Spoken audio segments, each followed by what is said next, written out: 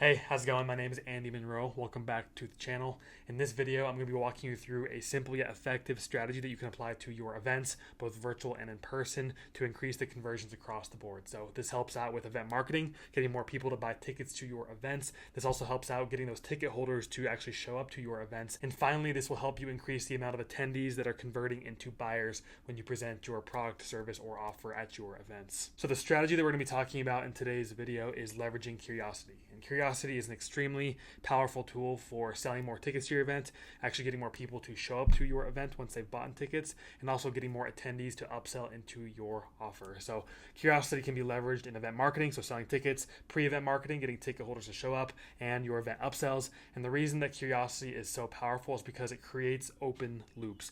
And what an open loop is essentially just unfinished business in our minds that we want to finish. And an example I'm going to use for this is something that's applicable to me right now because I'm currently watching this TV show, and it's Peaky Blinders.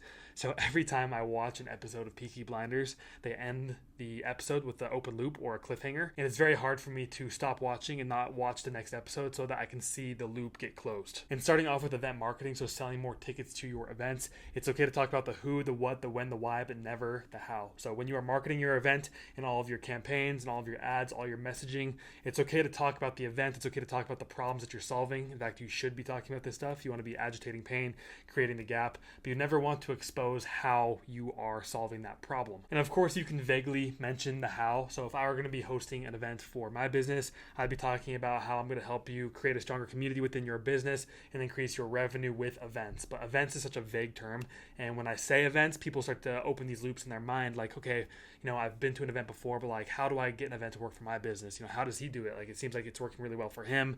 What's his strategy? What are his secrets? What are his processes and systems? Whatever it is, it starts to create these open loops in the mind, which make people more curious and they want to go click on the ad or click on the email or follow up with you in an email, whatever it is. It makes them more curious to find out what exactly you are talking about. And I wrote right here, you want to identify the problems that you are solving. You want to agitate the pain and create the gap, but you don't want to tell them how you are solving those problems so that they are curious and they want to learn more. And also you want to highlight the transformation that they will be experiencing at the event in your messaging and in your marketing. But again, you'll be leaving out the how, like how they will transform from their current situation to their desired outcome. And there are a few themes that amplify curiosity when it comes to event marketing. And the first one is novelty. So new things tend to make people very curious. So if you're positioning your event or your offer or whatever you're teaching as something that's new, it's going against the grain, it's something that people haven't seen before, that is a great way to amplify curiosity. There's also scarcity and urgency. So maybe you're talking about something that only is applicable until this certain time. Great example of this is meta ads. Meta ads is always changing. So if you are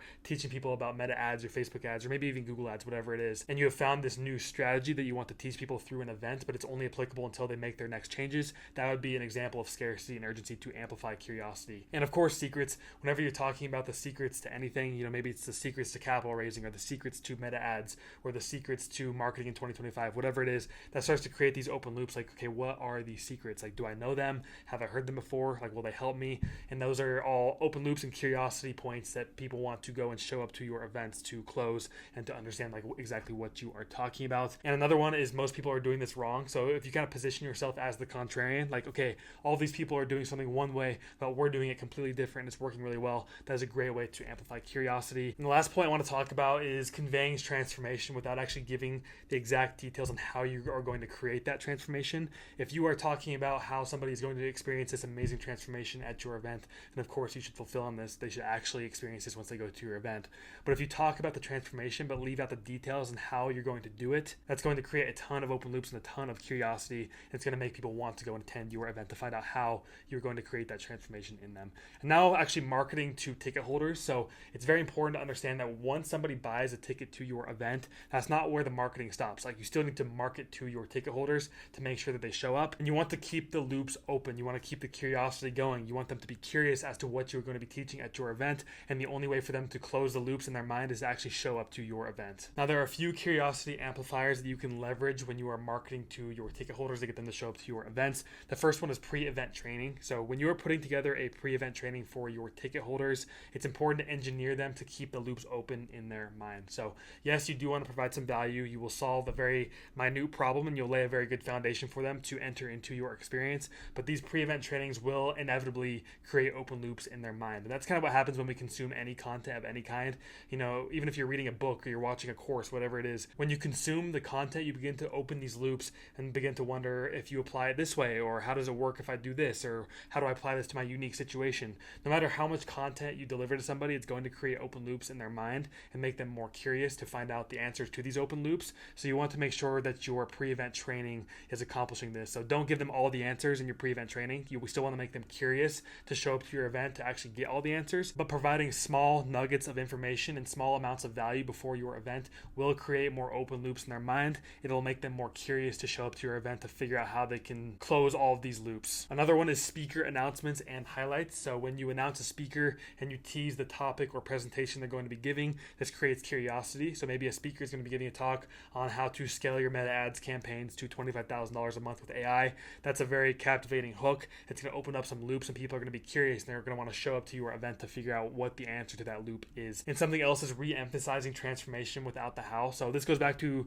what I was talking about in the last one. So when you talk about transformation, you convey transformation, but you don't give them the exact details on how the transformation is going to happen. If you continue to leverage that and talk about that in your pre-event marketing material, that's going to be creating a lot of open loops and curiosity in the minds of the attendees. And finally, the last one is just simply teasing event content. So if you tease the hooks or the content that's going to be discussed on the different days of your event, this is naturally going to create some curiosity and some open loops. But you can definitely engineer the content hooks and the way that you talk about the content on the different days of your event to be more curiosity driven and to open more loops in the attendees' mind. So when you're writing the copy to your events or you're teasing the content to your events, make sure you are intentionally making it very curiosity driven. And finally, making our way over to the event upsell. So this is when you're actually selling something at your event. Maybe it's a high ticket offer, maybe it's a software, product, service, whatever it is. This is leveraging curiosity to increase the conversions of attendee to upsell buyer at your event.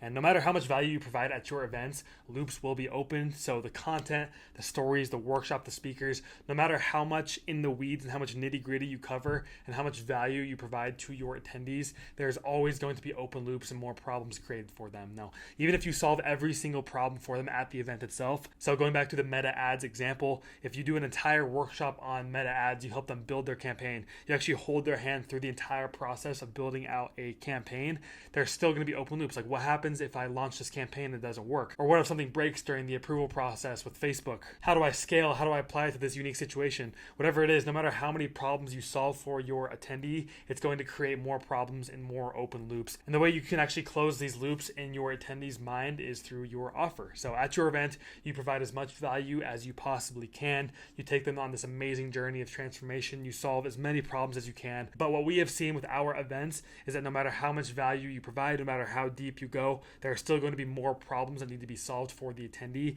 And the only way for you to properly serve them and to solve all those problems is through your offer. All right, that's all I got for you in this video. Like I said, it's very simple, very to the point, but it's extremely effective.